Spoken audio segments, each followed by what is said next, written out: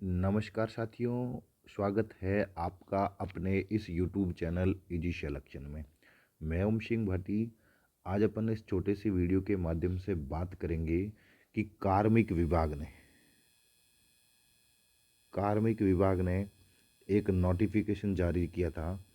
कार्मिक विभाग ने एक नोटिफिकेशन जारी किया था और जिसमें ये बताया गया था कि जो सेकंड ग्रेड है, उस सेकंड ग्रेड के अंदर जो दोनों पेपर होते हैं, सेकंड ग्रेड के अंदर जो दोनों पेपर होते हैं उसमें अलग अलग पहले 40% चाहिए था।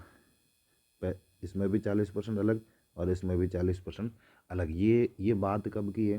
ये पहले की बात है, जब ये नोटिफिकेशन आया था उससे पहले की बात है कि दोनों पेपर में अलग अलग 40% लाएंगे, वही क्या होंगे, आगे मेरिट के लिए क्वालिफाई होंगे। लेकिन अब विभाग ने ये जारी किया है कि ये रूल 40% वाला रूल क्या हो गया है, हट गया है। दोनों पेपर में अलग अलग 40% लाने की अनिवार्यता को ख़त्म कर दिया गया है।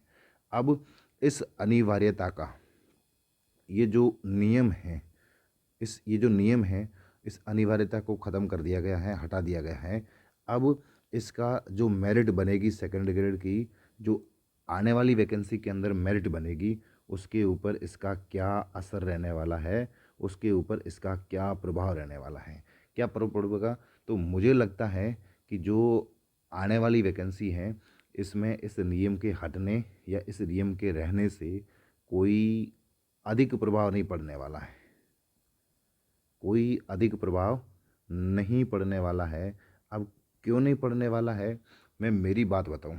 अगर मैं मेरी बात बताऊं कि ये मान लो कि 40% का नियम होता, और दूसरी मैं बात करूं 40% नियम नहीं होता। मैं मेरी बात बताता हूं कि 40% का नियम होता और 40% का नियम नहीं होता। अगर 40% का नियम नहीं होता तो मुझे तो पहले भी फिजिक्स नहीं आती थी, और 40% का नियम है तो भी मुझे फिजिक्स नहीं आती। मैं मेरी बता रहा हूँ, तो भी मुझे फिजिक्स नहीं आती थी और अब भी मुझे फिजिक्स नहीं आती है। तो यहाँ मेरे सब्जेक्ट में क्वेश्चन होने की संभावना मैं बताता हूँ कि मेरी लगभग से 70 से 75 क्वेश्चन होंगे सब्जेक्ट में मेरे। किसमें? फिजिक्स, केमिस्ट्री और टीचिंग मेथड, इन तीनों को मिला के मैं लगभग 70 और 75 क्वेश्चन अगर 40% का रूल होता तो करता।